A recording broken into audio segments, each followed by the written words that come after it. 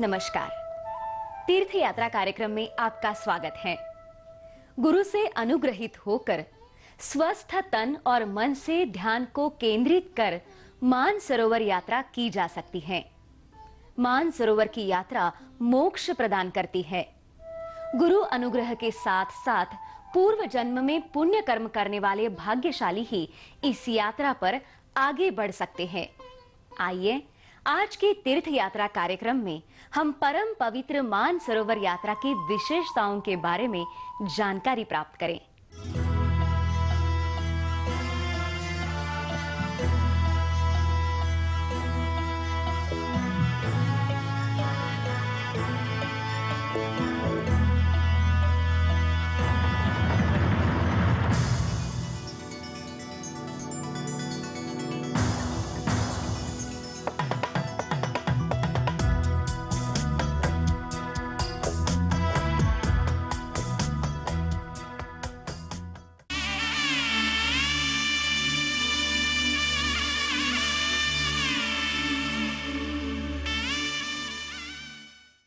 हिंदू धर्म में मानसरोवर झील को पवित्र माना गया है।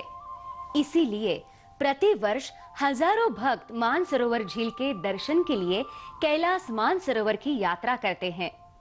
पुराणों के अनुसार मानसरोवर का दर्शन सद्गति प्रदान करता है। हाल ही इस परम पावन मानसरोवर की यात्रा विश्व विख्यात आध्यात्मिक गुरु श्री जग्गी वासुदेव जी के नेतृत्व में संपन्न हुई। चलिए हम भी इस आध्यात्मिक सुख तथा मोक्ष प्रदान करने वाली मानसरोवर यात्रा की विशेषताएं देखें। ये संपूर्ण सृष्टि शिवमय है। सब कुछ उसी प्रभु की रचना है। सृष्टि से पूर्व सब कुछ जलमय था। उस जल से उत्पन्न तेज ने ही पर ब्रह्म का स्वरूप धारण किया था। वही लिंग रूपधारी भगवान शिव है।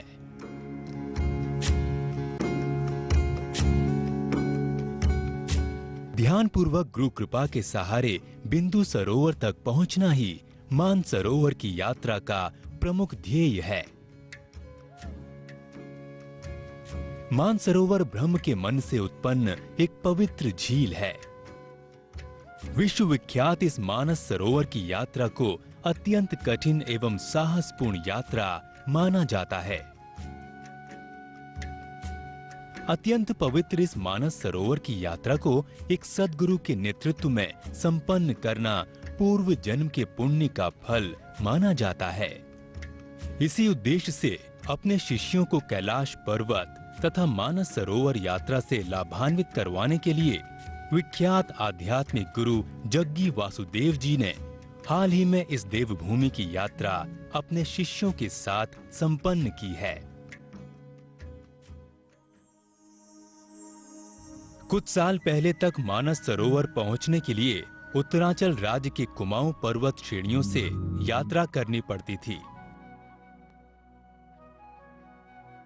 इस दुर्गम पर्वतीय मार्ग से ठिठुरती सर्दी में संपन्न होने वाली इस यात्रा को अति साहसपूर्ण यात्रा माना जाता था। किंतु आज स्थिति कुछ सुविधाजनक बन चुकी है।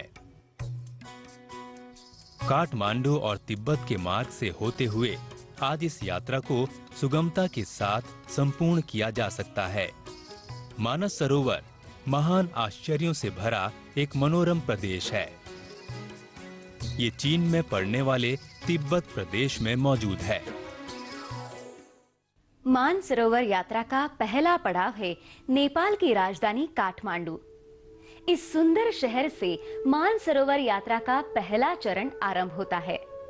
पहले जब नेपाल और तिब्बत की सीमाओं पर जब किसी प्रकार के आवागमन की सुविधा नहीं थी, उन दिनों में ये यात्रा पितौरागढ़ से हुआ करती थी। एक समय मानसरोवर की ये यात्रा अत्यंत साहसपूर्ण हुआ करती थी।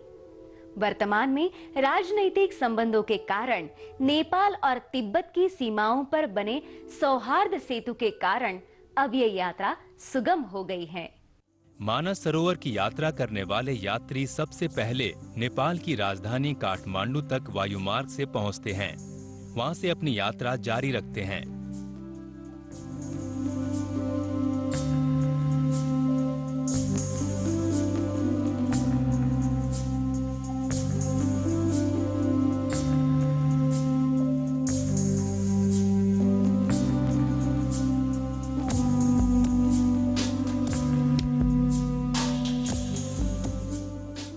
वायुयान का खर्चा न उठा सकने वाले यात्री गोरखपुर से नेपाल राष्ट्र में प्रवेश कर वहां से काठमांडू पहुंचते हैं। सागर तल से 4500 फीट की ऊंचाई पर स्थित काठमांडू से कैलाश मानस सरोवर यात्रा का पहला चरण आरंभ होता है। अन्य यात्राओं की तुलना में मानस सरोवर की यात्रा अत्यंत साहसपूर्ण मानी जाती है। इसलिए इस यात्रा पर निकलने से पहले ही सद्गुरु के नेतृत्व में योगाभ्यास, ध्यान तथा प्राणायाम सीखने की आवश्यकता पड़ती है। यात्रा से पूर्व सद्गुरु यात्रा से जुड़ी सावधानियों के बारे में शिष्यों को अवगत करा देते हैं। मानस सरोवर यात्रा का शुभारंभ करने से पूर्व यात्रीगण अपनी कलाई पर रक्षा कवच के रूप में अभय सूत्र बांध लेते हैं। इस यात्रा में किसी प्रकार की दुर्घटना ना घटे, इस कामना से मंत्रों से पुनित अभय सूत्रों को रक्षा कवच के रूप में यात्रियों की कलाइयों पर बांधा जाता है।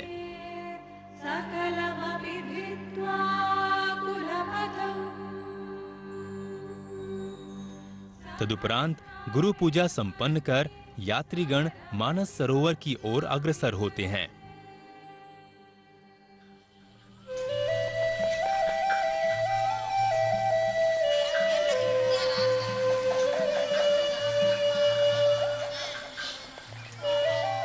काठमांडू से अग्रसर हुए यात्री इस पूरी राह पर दिखाई देने वाले सुंदर दृश्यों को देखकर तन्मय हो जाते हैं।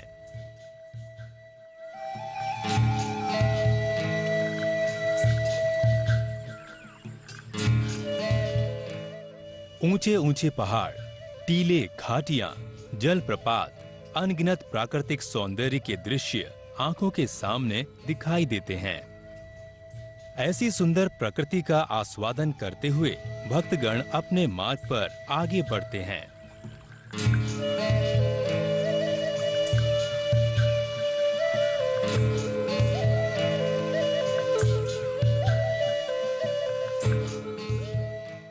काठमांडू से प्रातः काल ही यात्रा आरंभ करने वाले यात्री यहां दोपहर तक पहुंचते हैं।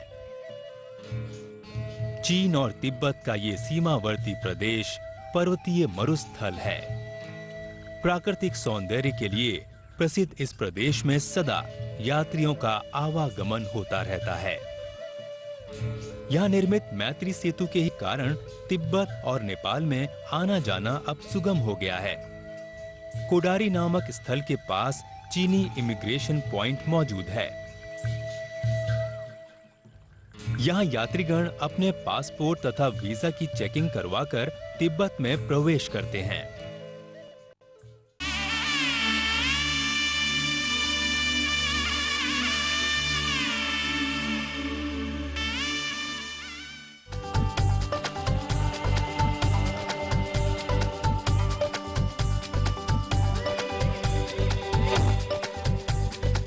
बेगमों के राज वाले इस शहर की पहचान सिर्फ झीलों से ही नहीं की जाती।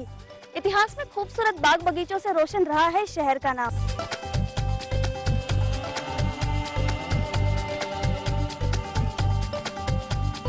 आज इन बागों के नाम पर बस्तियां पहचानी जाती है। भोपाल के खूबसूरत बागों की सैर पर भी हम आपको ले जाएंगे।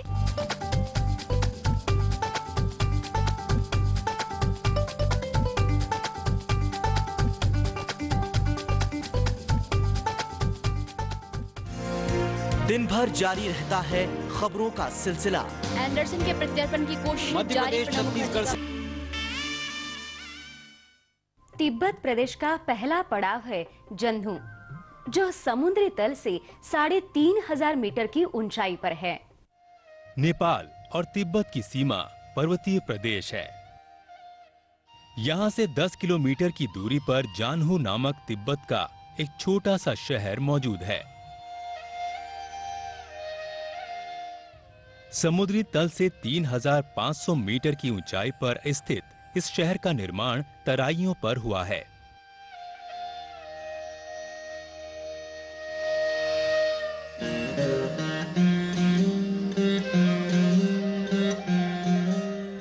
प्राकृतिक सौंदर्य का निलय भक्तों को विशेष रूप से आकर्षित करता है।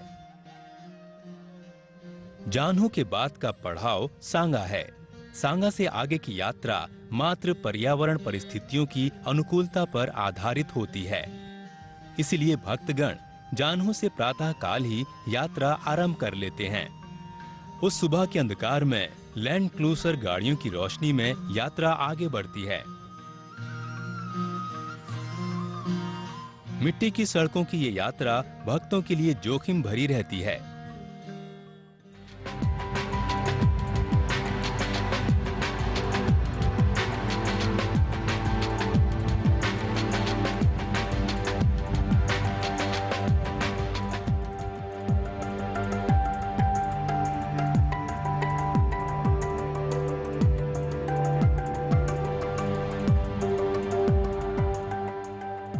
जान्हू से 2 घंटे सफर करने के बाद यात्री नियालम नामक शहर पहुंचते हैं।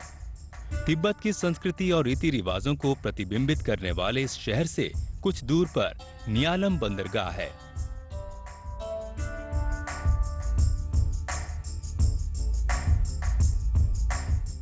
नियालम से 10 घंटों के सफर के पश्चात सागा शहर आता है।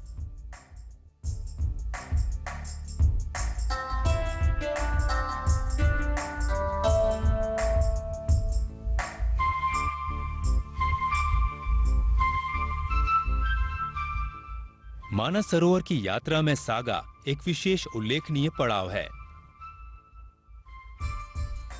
समुद्री तल से करीब 4600 मीटर की ऊंचाई पर सागा शहर स्थित है। इस कारणवश इस प्रदेश से हवा में प्राण वायु की मात्रा कम होने लगती है। सागा शहर की जलवायु के आदी बनने के लिए यहाँ पहुंचे यात्रीगण सागा शहर की खूब सैर करते हैं, क्योंकि आगे मानस सरोवर की यात्रा के लिए इस प्रदेश को डेंजर सिग्नल मानते हैं। कहा जाता है कि सागा तक बिना किसी कठिनाई से पहुंचने वाले भक्तगण मानस सरोवर की यात्रा आराम से कर सकते हैं।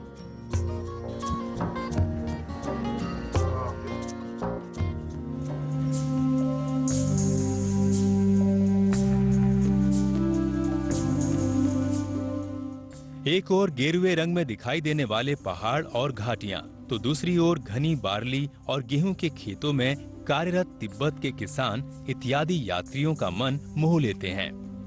इसी तरह इस प्रांत में विचरण करने वाले भेड़ बकरी, गाय भैंस, घोड़े आदि यात्रियों को नयन सुख देते हैं।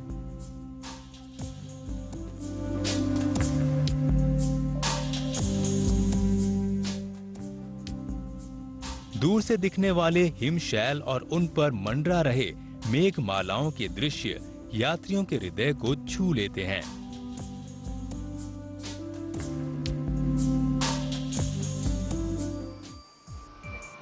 इसी मार्ग पर पड़ने वाला सुंदर पेकू सरोवर भी हमें आकर्षित करता है।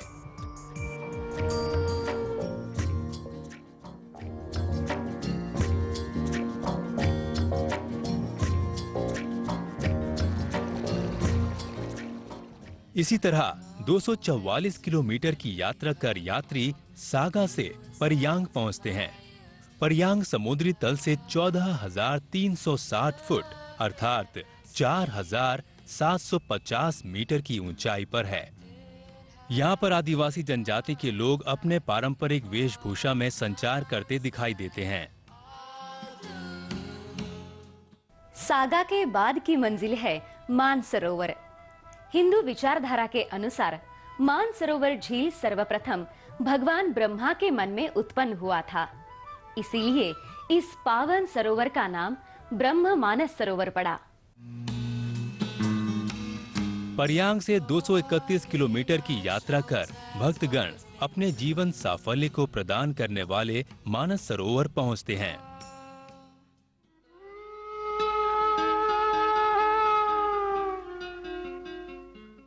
महिमान्वित ये मनोरम प्रदेश कई अजूबों का स्थान है, प्राकृतिक सौंदर्य का गढ़ है। देवभूमि के रूप में विख्यात इस दिव्य धाम में प्रवेश करने वाले भक्तगण यहाँ की सुंदरता में भाव विभोर हो जाते हैं। चारों ओर फैले गेरुए रंग के शिखर तथा हिमपात से कुछ कुछ धुंधले से लगने वाले हिमालय पर्वतों की चोटियों से भरा ये सुंदर दृश्य एक अनोखा आध्यात्मिक जगत का आभास देता है।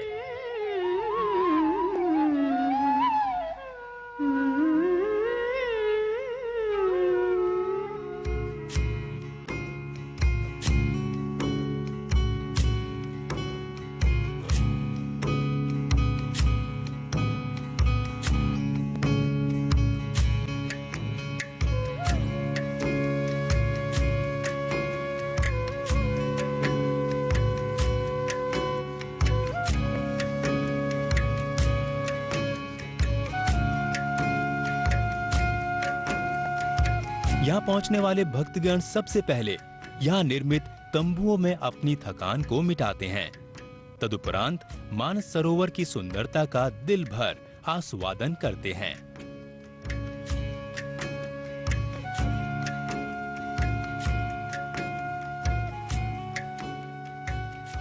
इस मानस सरोवर झील का पानी अत्यंत शुद्ध एवं पवित्र है। प्रदूषण रहित मानस सरोवर की जलवायु हर पल हर घड़ी बदलती जाती है। ठिठुरते शीत और हिम के साथ साथ धूप को भी यहाँ देख सकते हैं। रात के समय यहाँ का तापमान 0 डिग्रियों तक गिर जाता है। मानस सरोवर अति पावन धाम है। माता पार्वती के साक्षात प्रतीक मानी जाने वाली इस झील की सुंदरता असीम है। पुराणों के अनुसार मानस सरोवर अनेक अद्भुतों का संगम है।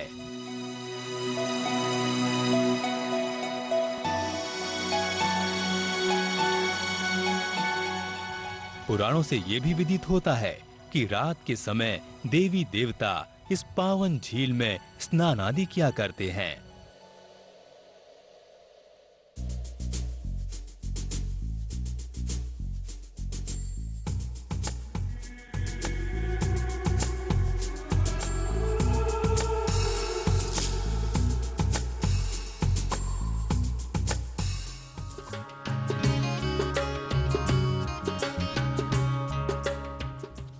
माना जाता है कि संसार का प्रथम जल स्रोत इस मानस सरोवर का ही है। ये भी माना जाता है कि शिवजी की जटा में स्थित गंगा का प्रथम स्पर्श मानस सरोवर में ही हुआ है। प्रातः काल में उदित सूर्य की किरण मानस सरोवर पर ऐसे प्रतिबिंबित होती है कि मानो पूरे सरोवर पर नक्षत्रों की चादर बिछाई गई हो। दूर से पवित्र कैलाश शिखर के दर्शन होते हैं।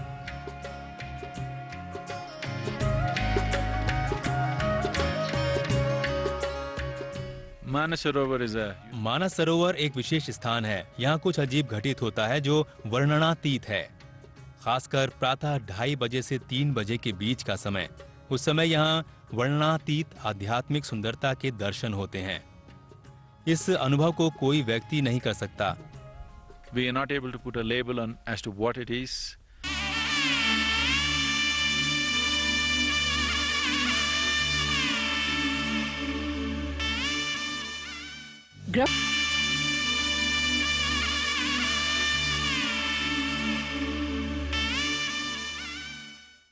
मान सरोवर में किए जाने वाले स्नान और जाप का विशेष महत्व है। एक परिपूर्ण सद्गुरु के सानिध्य में होने वाले इस स्नान से भक्तगण असीम मानसिक आनंद और आध्यात्मिक अनुभूति प्राप्त करते हैं। मानस सरोवर यात्रा का विशिष्ट अंग है इस पावन झील में स्नान करना। इसलिए श्रद्धालु सद्गुरु की तत्वाधान में यहाँ पहुँचते हैं।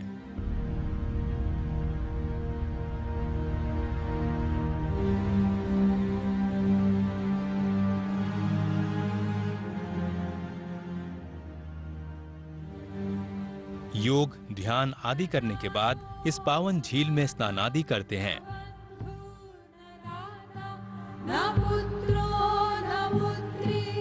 माना जाता है कि मानस सरोवर के पास किए जाने वाले जप, ध्यान आदि का फल असीम तथा अनंत होता है।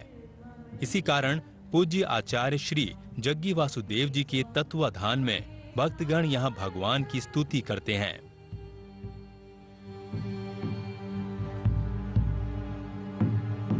न जानामि गानं न च ध्यानम्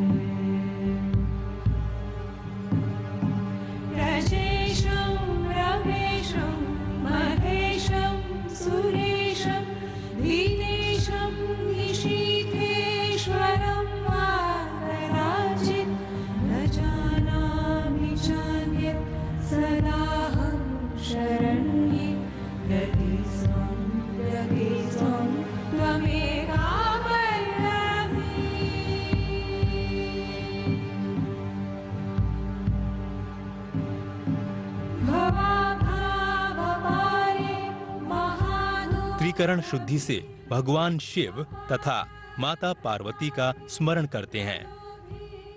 सद्गुरु अपने योग शक्ति से मानस सरोवर के शीत जल को सहने की शक्ति प्रदान करने के पश्चात भक्तगण मानस सरोवर में प्रवेश कर डुबकी लगाते हैं।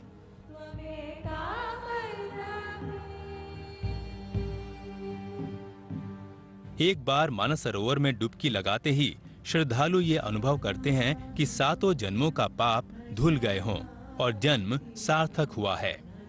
इसी के साथ एक अद्भुत तथा अलौकिक आध्यात्मिक आनंद का अनुभव भी करते हैं। इस आनंद की तन्मयता में भक्त भाव विभोर हो जाते हैं। सद्गुरु के सत्य प्रवचनों से मानसिक आनंद प्राप्त भक्तगण इस पावन मानस सरोवर यात्रा को अपने पूर्व जन्मों का पुण्य फल मानते हैं। भारत भर में गंगा जल को पवित्र माना जाता है और इस मानस सरोवर जल को विश्व का सबसे स्वच्छ जल माना जाता है।